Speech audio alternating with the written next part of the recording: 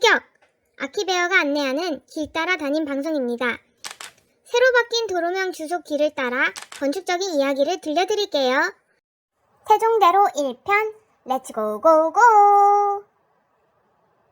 이번에 여행할 곳은 세종대로입니다. 조선 4대왕인 세종의 묘호를 따서 지은 이름으로 조선시대 당시에도 가장 넓은 길이었을 뿐만이 아니라 주요 관아가 위치한 곳으로 행정의 중심지이기도 하였습니다. 그래서 이 일대를 조선시대의 나랏일을 나누어 맡아 처리하던 중앙관청인 육조에서 육조거리 또는 육조앞이라고 불리었습니다. 해방 이후에는 경복궁의 앞거리이며 세종의 탄생지에서 멀지 않다는 이유로 세종대로가 채택되었습니다. 대로에 관한 도로명 주소 정보는 아키베어 토막상식 도로명 주소편에서 확인해주세요. 아하! 이곳이 세종대로의 시작인 서울역, 그리고 1편의 끝인 시청역입니다. 지상교통의 중추를 맡고 있는 이곳 서울역에서 출발하면 맨 처음으로 구 역사인 문화역 서울 284와 서울 스퀘어가 시야에 보입니다. 문화역 서울 284는 1925년에 경성역의 이름으로 완공된 곳으로 지금까지 철도길의 중심 역할을 해오다가 2004년 KTX가 개통되고 선로가 부족해서 신설역이 생기면서 자연스럽게 역사적인 보존과 전시 프로그램을 담은 건물의 역할로 현재 남아있게 되었습니다. 서울스퀘어는 1977년에 지어질 당시에 국내 최대 규모의 오피스 빌딩이었는데 가로 세로 길이가 100m로 정사각형 모양의 붉은색 건축물입니다.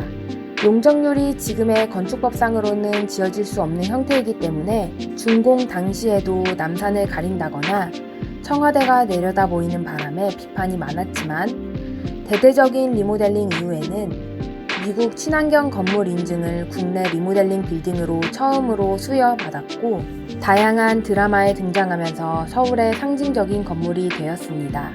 이 건물들을 지나고 나면 큰 고가도로가 보이는데 이곳이 바로 서울로 7017입니다. 도시재생 공원화 사업의 일환으로 1970년도에 만들어진 고가도로가 2017년 사람이 다니는 길로 다시 태어난다 라는 뜻을 가졌습니다. 당시의 서울역 고가도로는 정밀 안전진단에서 수명이 다하여 차량의 통행을 금지해야만 했습니다. 이곳을 철거하지 않고 공원으로 개조해서 오직 보행자만이 다닐 수 있는 보행 전용길로 구성시키는 계획을 하였고 현재에는 사람들의 쉼터와 숭례문까지 구경할 수 있는 전망대의 효과를 하고 있습니다. 도로명 표지판을 따라 걷다 보면 상업시설의 고층 빌딩들이 많이 보이는데 그 속에 대한민국 국보 제1호 숭례문을 맞이하게 됩니다.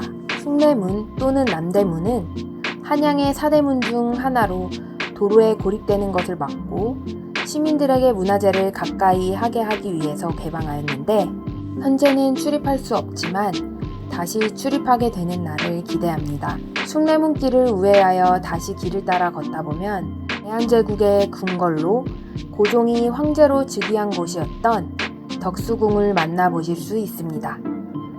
덕수궁에는 목조 양식들의 건물 사이에 독특하게도 한국에서 가장 오래된 신고전주의 양식의 석조 건물인 석조전이 있습니다.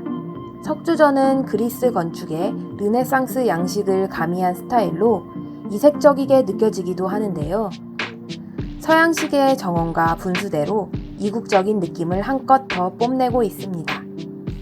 이번 편에서 마지막으로 보시게 될 곳은 시청광장입니다. 서울 도심 보행길 사업을 통해 걷는 도시 서울이라는 슬로건으로 차량이 지나다니는 차도보다 사람이 걷는 보행로를 더 넓게 만드는 계획을 추진하고 있습니다.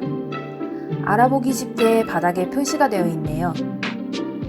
시청광장은 수조가 지하에 묻혀있는 분수를 이용해서 넓은 잔디 광장으로 시민들을 반겨주고 있지만 겨울에는 스케이트장으로 변신하기도 합니다. 세종대로 1편에서 안내해드린 이곳들은 지하철 서울역 1, 4호선과 시청역 2호선에서 이동이 가능합니다. 교통의 중심지이자 차보다는 사람을 우선으로 하는 보행 전용길의 시작지, 과거 한양의 중심인 한국 전통 양식의 문화재인 궁까지 가장 서울스러운 다양한 볼거리가 가득한 이곳. 우리나라 도심 서울을 한눈에 보고 싶다면 세종대로 도로명 주소를 따라 걸어보는 것은 어떨까요?